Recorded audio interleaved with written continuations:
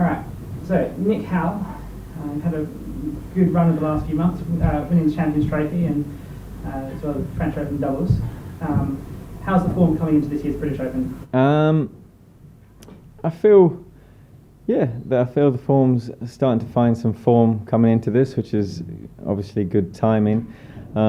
British Open tends to be the strongest field that we play because the depth is so much bigger here. So I'm happy with how I've been hitting it the last couple of weeks leading into this tournament. So we'll see how it goes once we get started, but no complaints. How's the preparation been done at Aiken?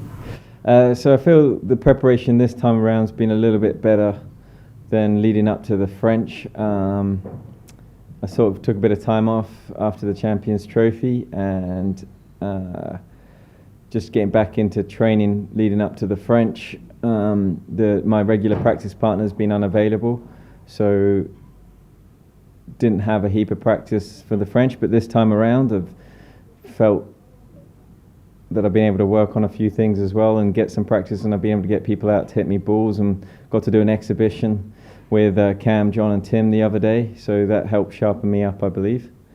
So yeah, happy with this preparation this time around. Coming in with the second seed next to your name, must feel pretty good. Yeah, I don't think about it too much, but yes, this is the highest seed I've ever been at a British Open, but I have played some tournaments where I've either been a 2 seed or 1 seed, so it's getting less unusual to have that seed, that high seed next to your name. But yeah, it does feel good to be that number 2 seed at a British Open. But with that said, that means nothing once the tournament gets started. So first round will either be against Claire Fay or Neil Mackenzie. Yep. How do you see that match panning out? I think that it's going to be a very close match. Both very good players. Both have a nice floor game. Yeah, I think that's a tough one to call. It's Neil's court. He'll have some home support, but I'm sure Claire will bring a lot of supporters with her as well. So I think that'll be one of the matches of the day to watch. And then you'll have your first match in the second round. Yeah. Always a good chance to blow out the cobwebs and get going on the Queen's Court. Yeah, I mean, the opponents that I play, obviously it's either going to be Claire or Neil. They'll have a match under their belt, so they would have blown out the cobwebs. So it's never easy playing those first round matches or second round, but first match for me because the opponents you're coming up against have already had a match out, under their belt. But hopefully I can get through that match and sort of get underway and move into the quarters and go from there. But we'll see. On seeding, you'd have a quarter-final against Rob Sheckman, someone you've played a bunch at the British last few years. Yeah. What's it like going against him? How's his game improving? He just keeps getting better and better each tournament. So, should we come up against each other, it will be very hard, tough match. He doesn't give up on many points. It makes you work for every point. So, always look forward to the challenge of Rob because to beat him, you got to play well and be tidy. So, what are your goals coming out of this tournament? General goals, I'd love to make the singles final. I've never done that here, and if I do that, I'll have been in every major singles final and doubles final, which would be nice. But a lot of good players in the way. Now this is the last singles tournament in the world race. Yeah. I believe you're already guaranteed a place into the eliminators, but you can be beat at this stage. No. What are your thoughts going into the eliminator process starting early next year? Once the race is finished and then we've confirmed with the World Championship Committee that we're challenging, then it'll be who I'm playing against and where the venue is, and then the preparation for preparing wherever I'm going to be playing and what type of game style I need to work on to win that match will be clear once I know who and where I'm playing. Have you had any thoughts as to whether you'd like to bid into that first round? I mean, I just don't know what Aiken will do this time around. yeah, it's very much up in the air. I'd like it to be played there, but don't know what my opponent will do. In the doubles, playing with Leon. Yep. How is that going to go as a partnership? We played a couple times together, plenty in National League and the fun tournaments like the Pell Cup, and played in the French Open last year. We got to a French Open doubles final.